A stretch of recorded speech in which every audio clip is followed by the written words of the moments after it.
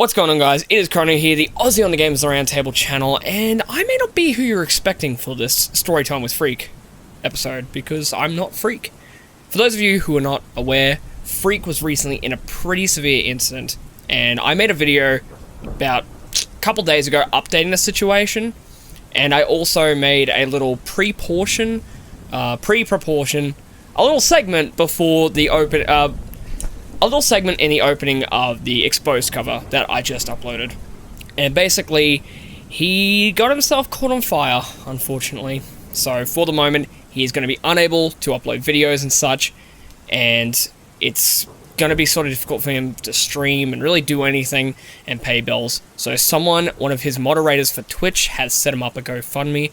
I have linked the GoFundMe in the description. If you're curious and want more information about what happened to Freak, please refer to the previous videos. I go into pretty in-depth talk about it. Anyway, without further ado, I'm going to be taking over for a couple videos for the toll. And, you know, I hope I do justice. I literally went out and bought the book just so that way I could have a proper version to read instead of reading it from my phone.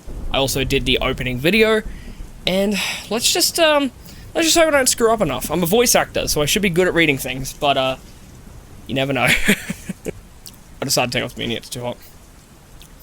Commentary of Curate Symphonius. Here is the initial reference to what we call the first chord. Believer, magician, and mauler are the three archetypes that constitute humankind. Only the toll could have united such disparate voices into a coherent sound pleasing to the tone. This is also the first mention of the Great Fork, which has been determined to be a symbolic reference to the two paths one may choose in life, the path of harmony or the path of discord, and to this day the toll still stands where the paths diverge, beckoning us towards everlasting symphony. Harmony. Coda's analysis of Symphonius. Once again, Symphonius has made broad assumptions that stretch the facts. While it is possible that the notes of the first chord represent archetypes, it is equally possible that they represent three actual individuals. Perhaps the magician was a court entertainer. Perhaps the mauler was a knight who took on the fire-breathing beasts that are rumoured to have existed at the time. Most egregious, in my opinion, is that Symphonius missed that the toll sitting in the cradle of the Great Fork in the springtime of his life is an obvious fertility reference. Chapter 22. Just Desserts. As with most things in Grayson's life as the toll, Curate Mendoza had chosen his official residence, or, more accurately, given him a list of pre-approved residencies for him to choose from at a grand meeting of high-level curates. As your reputation and notoriety grow, we need a fortified and defendable location. Then he presented what appeared to be a multiple-choice test. With our numbers of devotees ever expanding, we have received enough funds to procure any of the four sites for you to choose from, Mendoza told him. The choices were A. A massive stone cathedral. B. A massive stone railway station. C. A massive stone concert hall. Or D. A secluded stone abbey that might have appeared massive under other circumstances, but seemed minuscule compared to the others. Mendoza had thrown in the last choice to satisfy the curates for whom less was more, and the toll, with a stagey beatific gesture, meant to mildly shock the entire process, raised his hand and pointed it to the only wrong answer on the test, the abbey. Partially because he knew it was the one Mendoza least wanted, and partially because he kind of liked it, the abbey, set in a park at the city's narrow northern tip, began life as a museum designed to look like an ancient monastery. Little did the architects know that they'd be so successful, it would actually become one, the cloisters it was called. Grayson had no idea why it was plural. There was only one. The ancient tapestries that once hang on the walls had been sent to some other museum of mortal age art and replaced by new tapestries made to look old, which depicted scenes of tonist religious significance. To look on them, one would think that the tonism has been around for thousands of years.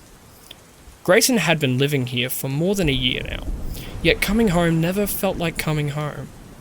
Perhaps because he was still the toll, clothed in those itchy embroidered vestments. Only when he was alone in his private suite could he remove them and be Grayson Tolliver once more. At least to himself. To everyone else he was always the toll. No matter what he wore, the staff was repeatedly told not to treat him with reverence. only common respect. But that wasn't happening. They were all loyal Tonists, handpicked for the job, and once in the toll service they treated him like a god. They would bow low when he passed, and when he told them to stop, they would revel in being chastised. It was a no-win situation, but at least they were better than the Zealots, who were becoming so extreme. It was a new name for them, sibilance, a torturous, distorted sound unpleasant to all. Grayson's only respite from reverence was Sister Astrid, who, in spite of her fervent belief that he was a prophet, didn't treat him like one. She saw it as her mission, though, to engage him in spiritual conversation and open his heartstrings to the truth of Tonism. There was only so much talk of universal harmonies and sacred arpeggios he could stand. He wanted to bring some non-Tonists into his inner circle, but Mendoza wouldn't have it. "You must be careful who you associate with," Mendoza insisted, with Scythe increasingly targeting Tonists. "We don't know who we can trust." "The Thunderhead knows who I can and can't trust," Grayson said, which just annoyed him. Mendoza never stopped moving. As a monastic curate, he had been quiet and reflective. But he had changed. He had reverted to the marketing guru he had been before becoming a Tonist. "The tone put me where I was needed, when I was needed," he once said, then added, "All rejoice." Although Grayson could never be sure whether he was being genuine when he said that, even when he ran his religious service, his "all rejoice" always seemed to come with a wink. Mendoza would stay in constant communication with curates around the world by secretly piggybanking on Scythe Dom's servers. They're the most unregulated, least monitored systems in the world.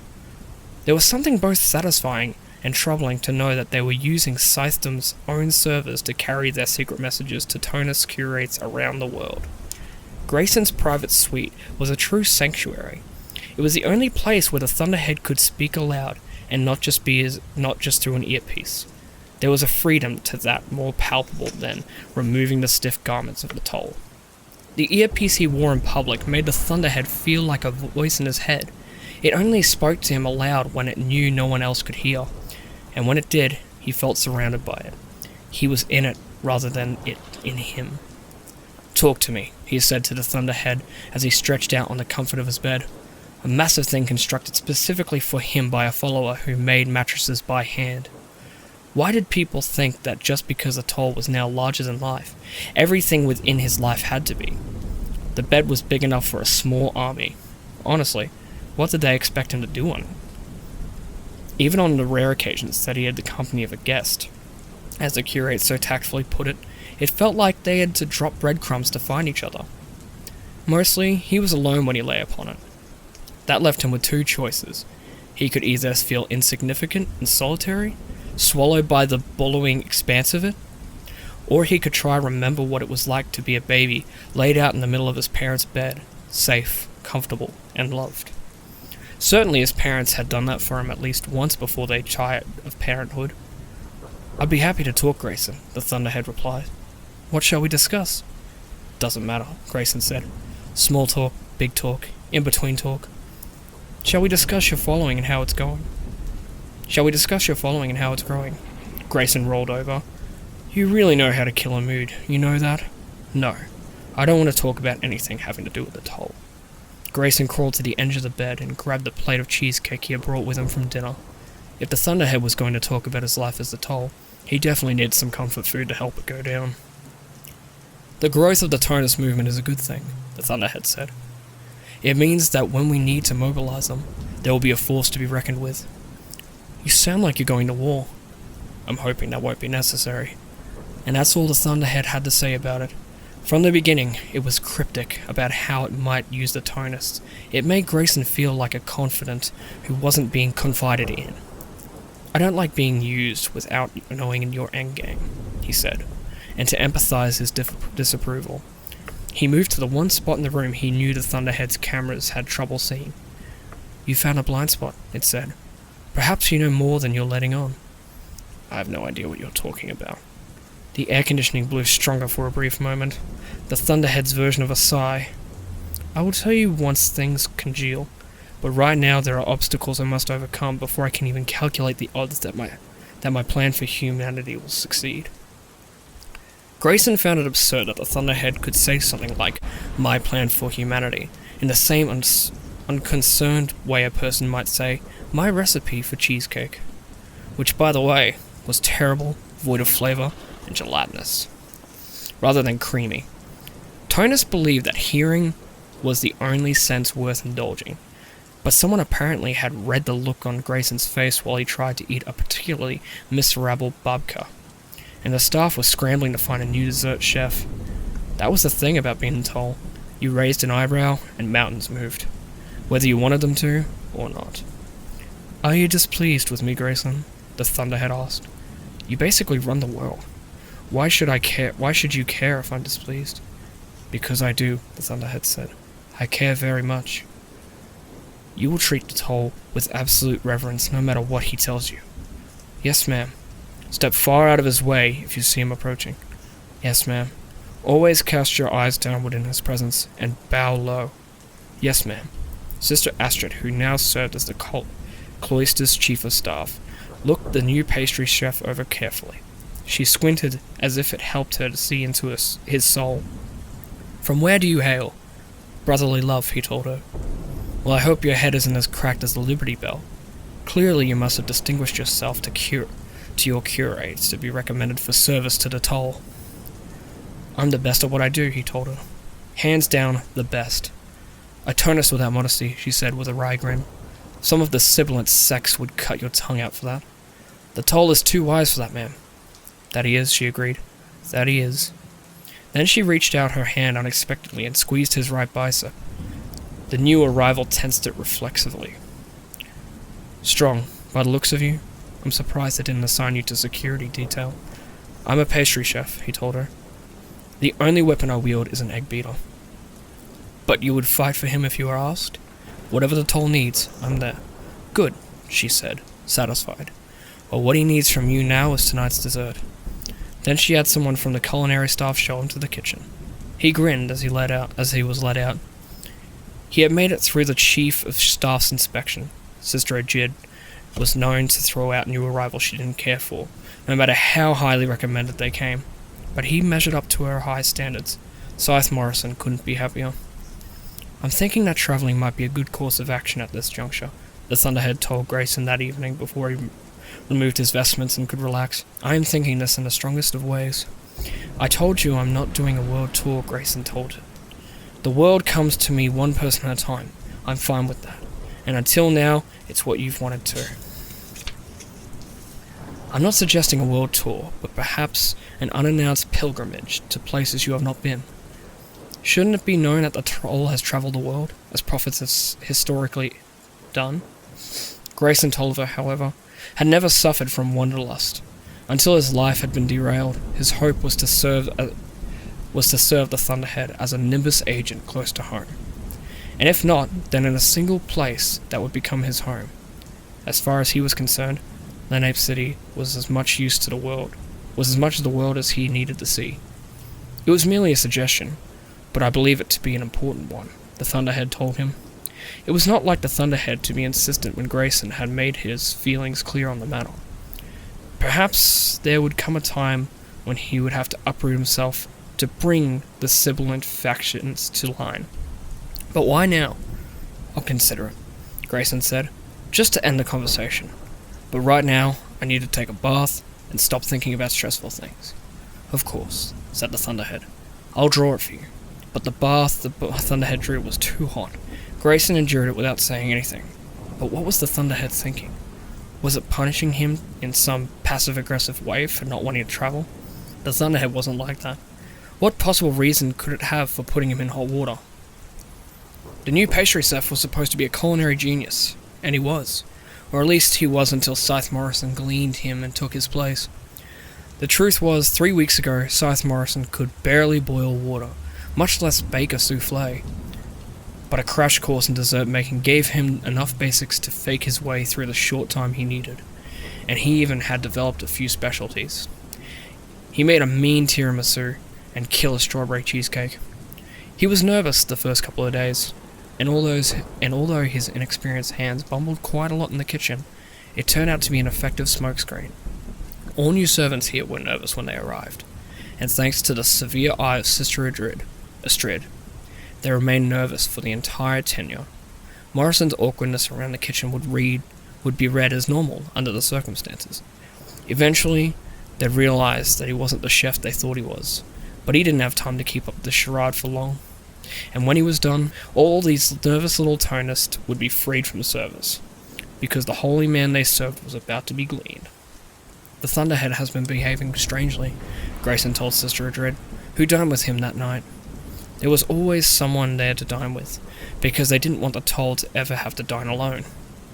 Last night, it was a visiting curate from Antarctica. The night before, it was a woman who created graceful tuning forks from home altars. Rarely was it someone who Grayson actually wanted to dine with, and rarely could he be Grayson. He had to be on as the Toll at every meal. Annoying, because his vestments stained easily, and were virtually impossible to get as clean as the role demanded. So they were constantly being replaced. He would much prefer to dine in jeans and a t-shirt, but he feared he'd never have that luxury again. What do you mean, strangely? Sister Astrid asked. Repeating itself, Grayson said. Doing things that are unwanted. It's kind of hard to put my finger on it. It's just not itself. Astrid shrugged. The Thunderhead's the Thunderhead. It behaves the way it behaves. Spoken like a true tonist, Grayson said. He hadn't meant it as mocking, but Astrid took it that way. What I mean is that the Thunderhead is a constant. If there's something it's doing that doesn't make sense to you, then maybe you're the problem. Grayson grinned. You'll make an excellent curate one day, Astrid. The server put dessert before them. Strawberry cheesecake. You should try it, Astrid told Grayson, and tell me if it's any better than the last chef's. Grayson took a small piece on his fork and tasted it. It was perfect. Wow, he told Astrid. We finally have a decent dessert chef. If nothing else, it purged the Thunderhead from his mind for the few minutes it took to devour it. Scythe Morrison understood why the gleaning of the Toll needed to be done bloodlessly, and from the inside, rather than a frontal attack. The Tonists guarding the Toll would die for their profit, and were well armed with illegal mortal age weaponry. They would fight back in ways that ordinary people didn't. So even if an assassination team was successful, the world would never know the resistance the Tonists put up. The world must never see that level of resistance against the Scythedom. Until now, the best course of action was to just ignore the Toll's existence. The Scythedoms of the world hoped that by treating him as insignificant, he would be insignificant. But apparently he had become important enough for Goddard to desire his removal. To keep it from being some high-profile, over-out event, a one-man infiltration was the best way to do it. The beauty of the plan rested on the Tonist's own self-confidence. They had vetted the new Pastry Chef extensively before he was approved for the job.